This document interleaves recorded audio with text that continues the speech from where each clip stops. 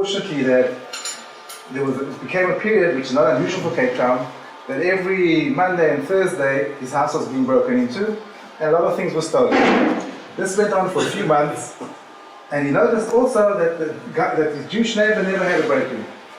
So he decided he better go and check it out and see what the special advantage he has. So he went to the Jewish neighbor and he noticed as he walked in the mezuzah on the Amud.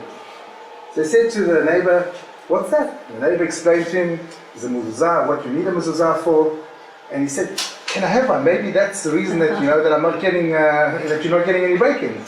So I explained to him it's not for Gentiles, it's only for Jews. He insisted. He said, "Listen, we've been good neighbors for a long time. If this can help me do it." So eventually the Jewish neighbor agreed and he gave him the mezuzah. A month later the Gentile came back and he knocked on the door and he said to his neighbor, "Thank you very much, but you can have your mezuzah back." So the neighbor said to him, the Jewish guy said to him, "Why?" He said to him, "Why? Didn't it work?" He said, "No, it worked fine. I haven't had a break-in for months.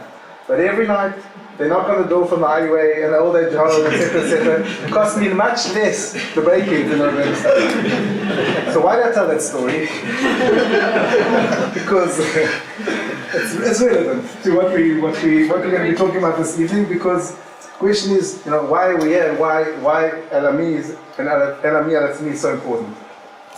So Rabbi asked that I explain what my connection is and why I think it's an important organization. I got it through our son Josh, who is at Yeshivat Ma'alot and very involved in something called Panim al Panim, which is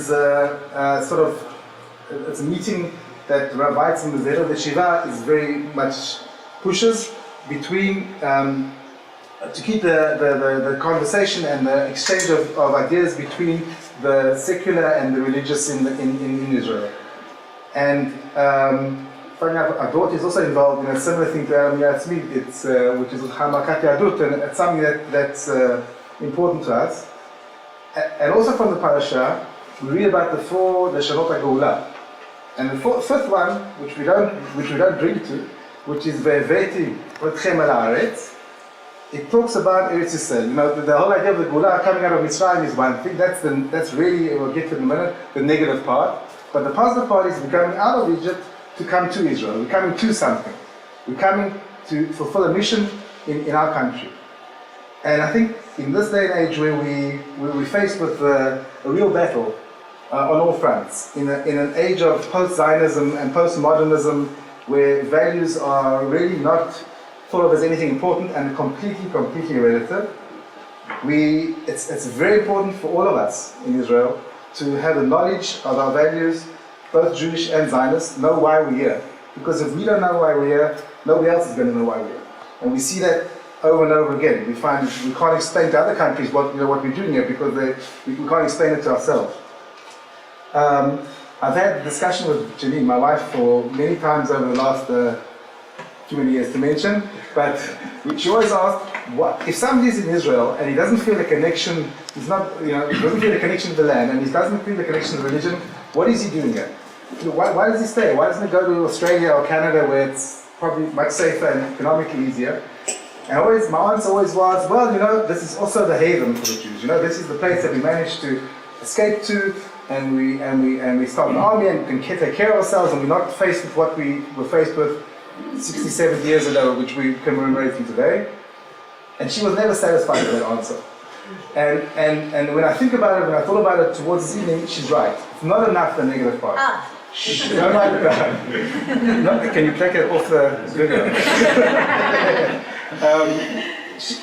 The negative part isn't enough. It's true that we do need a haven. Israel is a haven and we need it, but it's not enough.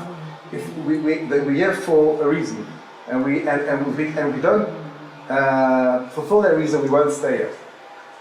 The other question that needs to ask, why Elami El עצמי and not another organization? We're all faced with a million demands on our time and money from excellent organizations in Israel.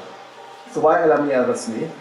Another story that I heard from my son Josh about Rav Weizmann, at the time of the withdrawal from Gaza, as people may remember, there was a huge political debate in Israel about whether we should withdraw or not withdraw. And one of the Roshei Yeshiva went to Rav Weizmann and said, He's decided that all he's doing now, we're not getting the political issue, but he decided all he's doing now is fighting against the Itnafkut or the withdrawal. He's not interested in anything else. Not interested in studies, that's all the kids have to do. And Rav Weitzman apparently, Natan lo ala rosh. He said to him, you can't sacrifice the long term for the short term. If all we deal with is short term, and we take care of this problem now and this problem now, and we don't deal with education, which is the long term, we're never going to get it. We're never going to succeed. And while we can't obviously ignore the short-term demands on our time and money from all kinds of organizations, we have to look at the long term. And the long term is education. And that's why עצמי. So, without talking more, I think I've spoken enough. We're fortunate to have with us a renowned academic, the head of the Department of Holocaust Studies at Western Galilee College in Akko, and one of the 3 founders of עצמי. He's still very involved in it and very much part of the governing board. Arav, Dr. Boaz Cohen, please.